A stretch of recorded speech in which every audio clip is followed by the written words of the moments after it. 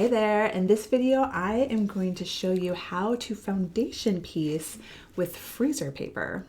And if you love foundation piecing but hate ripping the paper, you are going to love this method because once you're finished, all you need to do is peel away the freezer paper foundation and you're done. No ripping of the paper foundation, no special tweezers or notions, no sore fingers, no asking a friend for help, and the best part, no more wasting your precious creative time on ripping paper. How cool is that? I've taught thousands of quilters in my online workshops how to freezer paper piece. So as we go through today's tutorial, I'm going to share my top tips and tricks with you. All right, so if you want to sew along with me and make this Scrappy Whirligig triangle, you'll need your regular quilting notions, plus you'll need some freezer paper. So you can probably start with the freezer paper you might already have in your kitchen. This is just regular Reynolds freezer paper that you can get at the grocery store. I typically find it in the aisle with the plastic bags and the foil and that sort of thing. Once you fall in love with the technique, you might decide to invest in printable quilters freezer paper sheets. But for now, you can start with the roll. Then you'll need some larger scraps of fabric, and I'd start with something you don't really care too much about, just in case you mess it up or you don't like it, you don't care, right? And then you'll need a copy of the Scrappy Whirligig Triangle Foundation, which you can download for free on my website. And of course, you'll find the link to download this pattern in the description. Once you get the download, your first step is to print or transfer the foundation onto your freezer paper. You can either trace it on the Reynolds wrapped freezer paper here, or you can print it with your inkjet printer. Don't use a laser printer. And when you trace or print, you're going to trace on the paper side versus the waxy side. But before you print or trace, first off, measure this 1-inch test square. That's a good practice to get into whenever you're foundation piecing, freezer paper, or paper piecing. So go ahead and make sure that your test square measures correctly. Then you'll cut it out, and your last step to prep your foundation is just to fold along all the stitching lines. Zooming in a little closer so you can see my foundation better. So you can see I've already folded my foundation, and I've actually used this foundation quite a bit. So as you're folding, go ahead and fold all the way up. So the stitching line stops here, but you'll fold all the way up. So fold, fold, and fold here. Now some of my members like to add a little crispness to their fold by taking a nail and dragging it, or a ruler and dragging it. I have had some members tell me that they will score it first and then fold with their Hera bone marker. And then you can also use your roller to get a nice crisp fold. And once you have your foundation cut out and folded, then you are ready to move on. As we go through this tutorial, I'll be freezer paper piecing my last triangle to finish my orange Scrappy Whirligig. So I've already pre-cut the fabric that I'm going to use. Before you start freezer paper piecing your own Scrappy Whirligig triangle, you want to go ahead and pre-cut your fabric. In the interest of time, you'll find how to pre-cut your fabric in a separate tutorial video. And once you have your fabric pre-cut, you're going to lay out your fabric. Before I start any freezer paper tutorial, I usually like to show my students what notions I'm working with. So I usually work in 3 stations. So I've got my pressing station here. So I've got a wool pressing mat here, and I've got a very hot iron. Then I've got my cutting station. So you'll see me use a regular acrylic ruler. I like to use my 1/4 inch ruler. I've got a rotary cutter, and of course I've got my cutting mat. And of course I've got my sewing machine all set up. Now, quick note here, For freezer paper piecing, you don't need to shorten your stitch length, so you can keep sewing at your regular stitching length. For me, I typically sew at 1.9 or 1.8 or 2. It just really depends. So now you've seen what notions I'm using, so let's go ahead and get started. All right, so when you're freezer paper piecing, you are going to follow the numbers on your foundation here.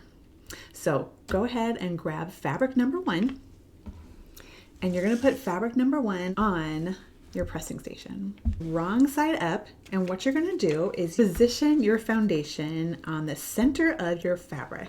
And what I'm looking for is I wanna make sure I have at least 1/4 of an inch of extra fabric on all sides, because my foundation does not have seam allowances built in. So I have to kind of eyeball the seam allowances. So I'm looking for that extra 1/4 inch down here. I've got it. I've got my extra 1/4 inch here. I have my extra 1/4 inch up here, and I've got plenty of room back here.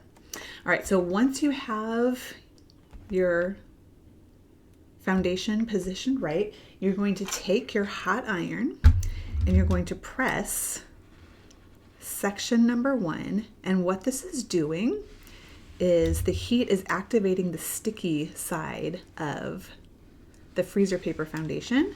And now the fabric is basted and sticking to your foundation. Okay, so fold or refold your foundation along that first stitching line. And then our next step is to trim the seam allowance down to 1/4 of an inch. So I will typically do this with my add 1/4 inch ruler. This add 1/4 inch ruler has a little extra lip here, and it'll normally just lock into place along that fold or the edge of the paper. But yeah, so this is what I typically do. I will butt it up against the fold of the paper and cut. But if you don't have an add 1/4 inch ruler, there's no need to go out and buy one. You can trim your seam allowance down with a regular quilting ruler. What you're gonna do is you're gonna take your regular quilting ruler and you're gonna line up the 1/4 inch line on the ruler with the fold of the paper and then trim. Zooming way in so you can see that better. So you're gonna line up the 1/4 inch line on your ruler with the fold of the paper. Make sure it's lined up all the way through, and then trim. Now we're gonna get fabric number 2, and we're gonna put fabric number 2 right sides up. All right, so our fabric number 2 is right side up. And what we're gonna do is we are going to match the shape of our fabric to the shape of the foundation. So I've got my foundation folded like this, and I'm kind of folding it extra. I'm being extra about the fold because I want you to see the shape. So I'm holding my foundation in a special way. You don't have to do this. I'm holding it so you can see on the camera. So you can see the shape here. So I want you to see that the shapes match. Once your shapes match, then you can put them together, right sides together. So put them right sides together, line up these raw edges. Then you're gonna take your fingertips and you're gonna put them on the corners of section number 2 on the paper. And then you're going to roll everything back to make sure you have an extra 1/4 inch on all sides beyond your fingertips. So I've got plenty of room here. I'd say it's adequate right here. And then coming down here, I've got plenty of room here. And then back here, I've got plenty of room here. Okay, so once you see you have at least 1/4 of an inch on all sides, then you can take everything to your sewing machine. So you're gonna take everything to your sewing machine and you're gonna put everything underneath your sewing machine foot. So foot down, needle down. I'm gonna stitch as close to this fold as possible. Okay, so I've got everything underneath my sewing machine foot, and we're gonna stitch as close to this fold as possible without stitching through the foundation. So if you're new to this, you might have to go super slow, and that's okay.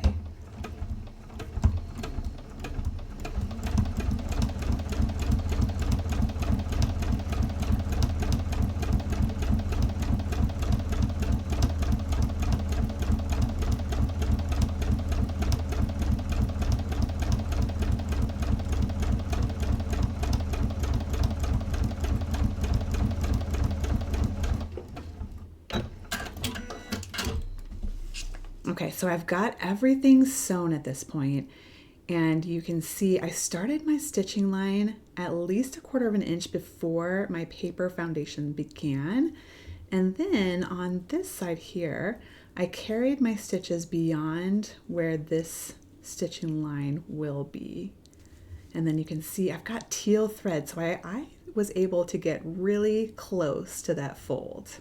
Okay, so I've got everything sewn, and you know, if this is your first time doing it, the goal is to get as close to that fold as possible without going through the paper.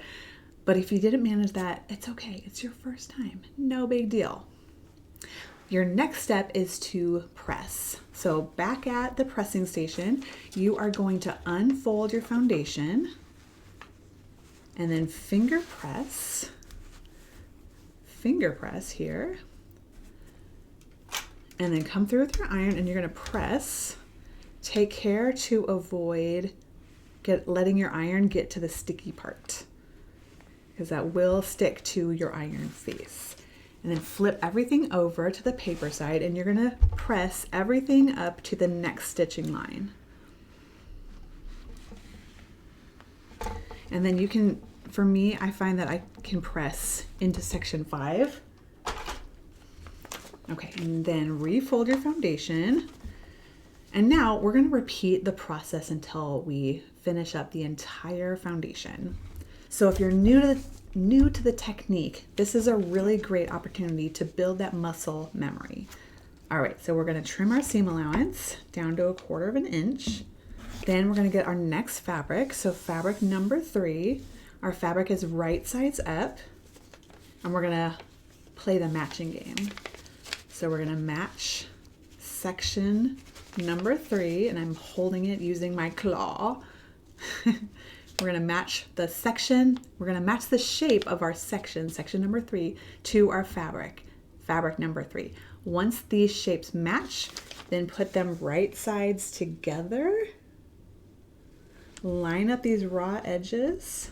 Put your fingertips at the ends, at the corners of that section, and make sure you have at least 1/4 of an inch on all sides. So I've got 1/4 of an inch on the top. I've got plenty of fabric. Well, that's hard to see. I've got the darker, a little bit darker. I've got plenty of fabric on the back side here. And then I've got plenty of fabric down here. Once you see that you have at least 1/4 of an inch on all sides, then you can stitch. Okay, take everything to your sewing machine, foot down, needle down, and we're going to stitch as close to that fold as we can without going through the paper.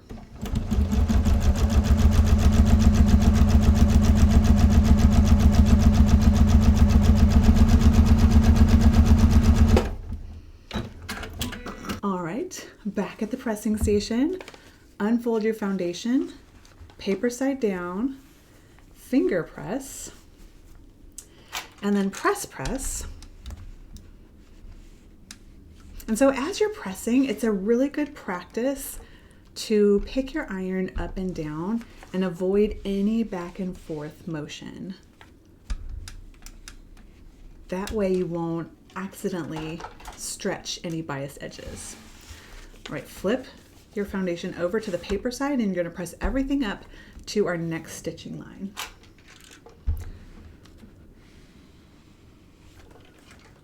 And refold your foundation. And then we're going to trim our seam allowance. And we're going to get our next fabric, fabric number 4, and we're going to match the shape, match the shapes. All right, so fabric is right side up. You saw me rotate the fabric so that it matches the shape. So once your shapes match, then you can put right sides together, line up the raw edges, and put your fingertips at the ends of, or the corners of that shape, and make sure you have at least 1/4 of an inch on all sides. So we've got plenty of fabric up here, plenty of fabric back here, and then plenty of fabric along this line. Once you see a 1/4 of an inch of extra fabric on all sides, then you can stitch. Okay, take everything over to your sewing machine, foot down, needle down, and we're going to stitch as close to our fold as we can.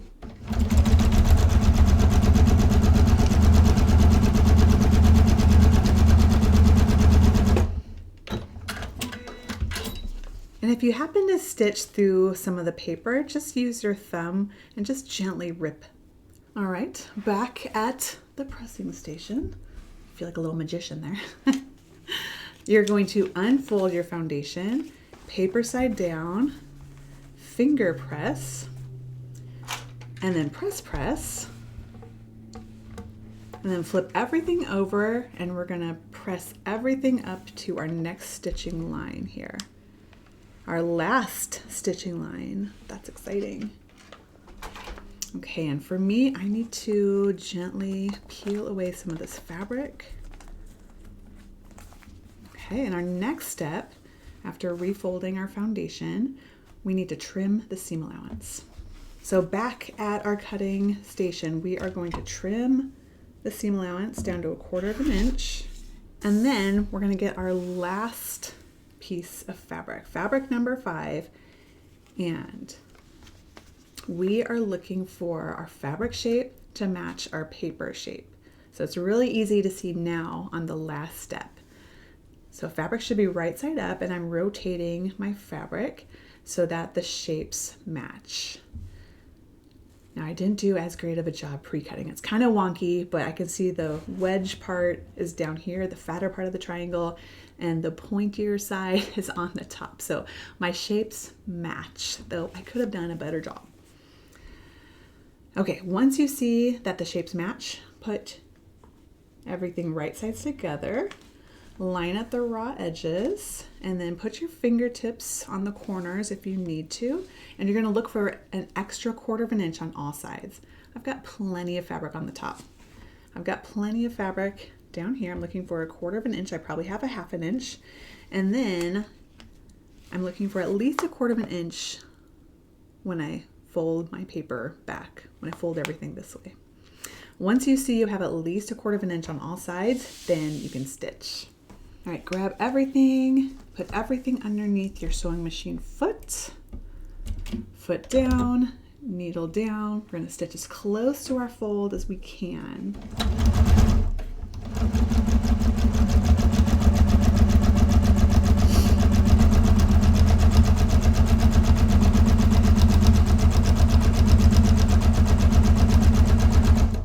Then we're back at our pressing station. We are going to unfold the foundation,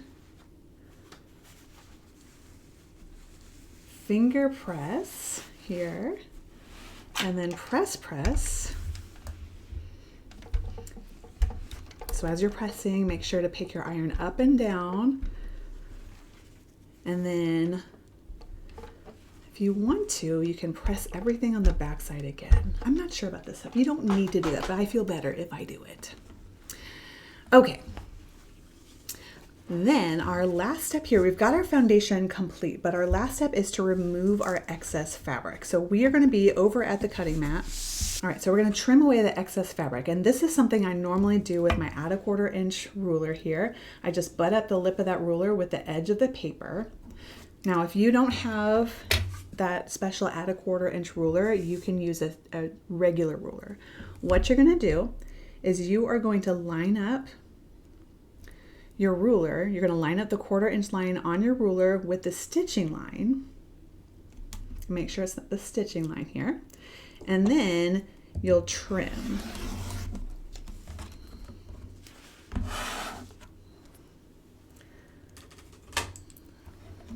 So you don't need to have the 1/4 inch ruler, but it is nice to have. So finish trimming.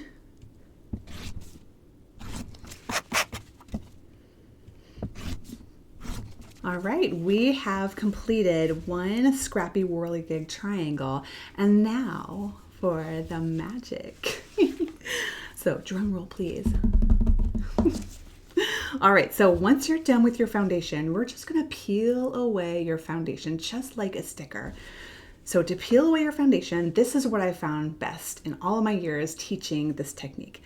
The seams are going this way, so that's the direction I am going to peel. So gently peel, and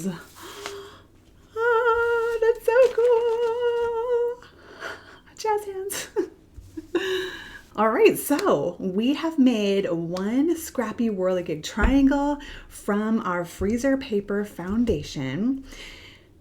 And how cool is that? When we were done, we just peeled away the foundation just like a sticker.